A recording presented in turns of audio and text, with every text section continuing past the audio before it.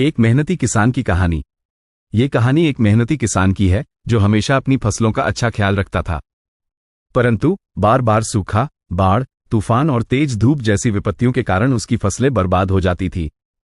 निराश होकर एक दिन उसने गुस्से में भगवान से कहा, आपको सब महान और ज्ञानी मानते हैं, पर मुझे लगता है आपको कुछ भी नहीं पता। यदि आप जानते होते तो ये सब विपत्तियां कभी नहीं आती। तभी आकाशवाणी हुई, ले मैं तुझे ये शक्ति देता हूं कि आज से तू जैसा चाहे वैसा मौसम करके अपनी फसलों की रक्षा कर सके। अगले ही दिन किसान ने अपनी फसलों को बचाने के लिए अपनी शक्ति का उपयोग किया। उसने आंधी, तूफान और बाढ़ को अपने खेतों से दूर रखा। परिणामस्वरूप उस वर्ष उसकी फसल अद्भुत थी। लेकिन जब कटाई का समय आया तो किसान को एक और झटका लगा। गेहूं की बालियां खाली थी, उनमें एक भी दाना नहीं था। निराश होकर उसने फिर से भगवान से प्रार्थना की। भगवान ने उत्तर दिया, मैंने तुम्हें कोई सजा नहीं दी है, बल्कि इसकी जिम्मेदार तुम खुद हो। तुमने अपने पौधों को संघर्ष करने का मौका ही नहीं दिया।